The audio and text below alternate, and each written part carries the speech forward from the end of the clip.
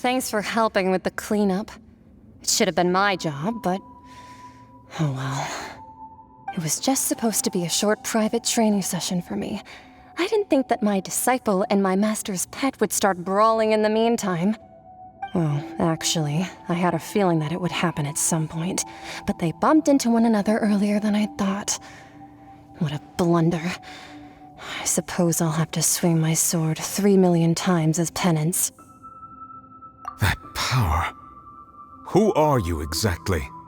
Paimon has an idea. From what she said earlier, she must be Child's master. Skirk, right? It's just that he gave us the impression that she was the less talkative person. I simply did not have anything to say to the weak. But you, on the other hand, managed to defeat the all-devouring narwhal without using power from beyond this world. So you may speak to me as equals. I have to agree. It's a strange use of a planet's primordial waters just to raise an all-devouring narwhal. That kind of power is wasted on it. It's not cooperative. It eats too much. And I have more important things to do with my time than pet sitting. The only thing that creature has going for it is its looks. All in all, it fails as a pet. Miss Skirk? I think you might have missed the point. The point being? Well, being that this pet almost destroyed an entire nation. So what sort of person is your master? Well, Child's master's master. Wait, is that right? Oh, right. So you don't know him. Sorry, I assumed you did. His name is Sertologi. Huh? I am unfamiliar with that name. Huh. So Master isn't sufficiently famous. How should I describe him then? Have you heard of the name The Fowl? The Fowl? Still nothing? Well, how about the Visionary? Vetterfulnir then? Or Gold Rhindaughter? Ooh, that one we've heard! Rhindaughter's part of the Hexen Circle. She's Albedo's mom, right? Oh, so you do know that name. To be honest, I also heard all of those names and titles from my master. I don't actually know them either. But I suppose you understand now, yes? My master is likely a similar sort to Rhindaughter. They are both pursuing some form of perfection. Wait! Didn't you also mention a visionary person? Paimon didn't quite catch their name. Actually, never mind that. I believe it expedient to inform you that the all-devouring narwhal used up nearly all its strength fighting you. Such roiling hydro energies will prove difficult for the planet's deep seas to digest. As such, the Fontaine back on the surface has most likely been thrown into chaos. In other words, the prophecy that you've been fretting over should now be in full swing. What?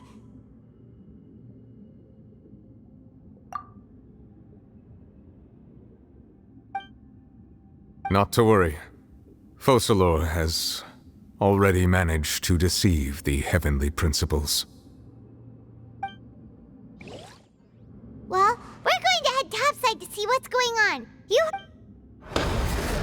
Whoa! What next?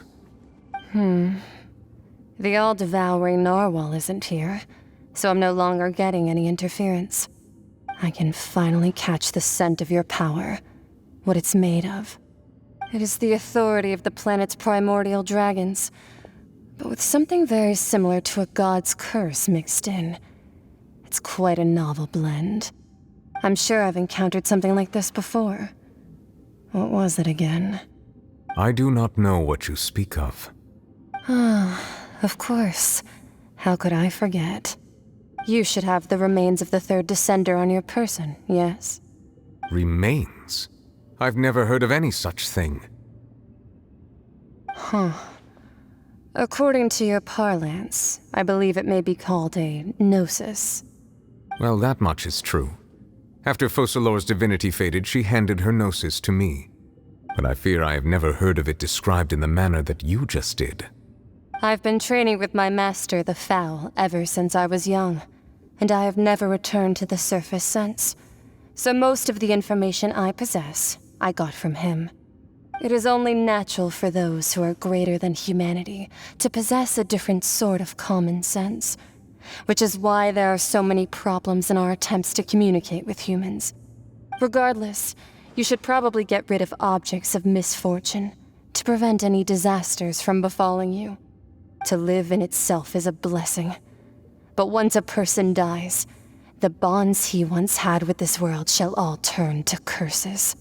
What do you mean by that? No need to fret. These are just my personal thoughts, and my reason for no longer wishing to return to the surface. This third descender you refer to, who are they? And when did they die? Master never mentioned them to me. Perhaps it just wasn't that important for me to know. If you're interested, though, I could ask him. I'll be sure to pass the answer on to you next time. Next time? You believe we will meet again? I do. Wait. I have a disciple of my own, don't I? He can be the messenger then.